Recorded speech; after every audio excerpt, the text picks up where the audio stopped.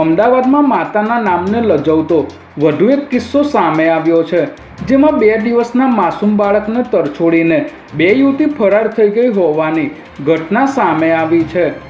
Indira bridge નજીક ભાટ ગામ પાસે કોઠારી હોસ્પિટલ આવેલી છે, જ્યાં બહારના ભાગે 2 દિવસનું નાનું બાળક જીવિત હાલતમાં તરછોડાયેલું મળી આવ્યું હતું।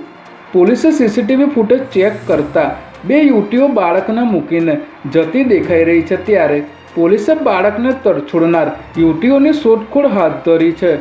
હાલમાં બાળકને હોસ્પિટલમાં બાળકોના વોર્ડમાં સારવાર હેઠળ રાખવામાં આવ્યો છે। અમદાવાદના થલતેજમાં ઘરેલું ગેસના બોટલમાંથી ગેસ કાઢીને ખાલી બોટલમાં ભરીને વેચનાર ડિલિવરી મેનને ઝડપી લેવામાં આવ્યો છે।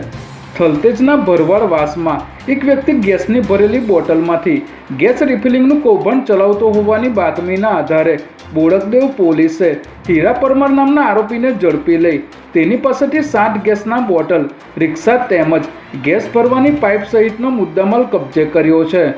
આ કર્મચારી ગેસના બોટલમાંથી થોડો ગેસ કાઢીને ખાલી બોટલમાં ભરીને વધુ કિંમતે વેચી લોકો સાથે છેતરપિંડી કરતો હતો।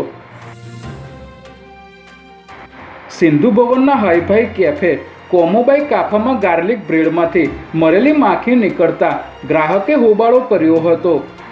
શાહીબાગ વિસ્તારમાં રહેતા ધ્રુવીલ પટેલે આ કેફેમાં પાસ્તા વિથ ગાર્લિક બ્રેડ અને આઈસ કોફી મંગાવી હતી, ત્યારે ગાર્લિક બ્રેડમાંથી મરેલી માખી નીકળતા ગ્રાહકે હોબાળો કર્યો હતો અને એએમસીના ફૂડ વિભાગને ફરિયાદ કરી હતી। કોમોબાઈ કાફા કેફે અમદાવાદનું ખૂબ જ જાણીતું કેફે છે, જ્યાં ઈશાન કિશન, અભિષેક શર્મા સહિતના ક્રિકેટરોએ ડિનર કર્યું હતું। તેવા કેફેની ગાર્લિક બ્રેડમાંથી મરેલી માખી નીકળતા અમદાવાદ કોર્પોરેશનને ફરિયાદ કરવામાં આવી છે।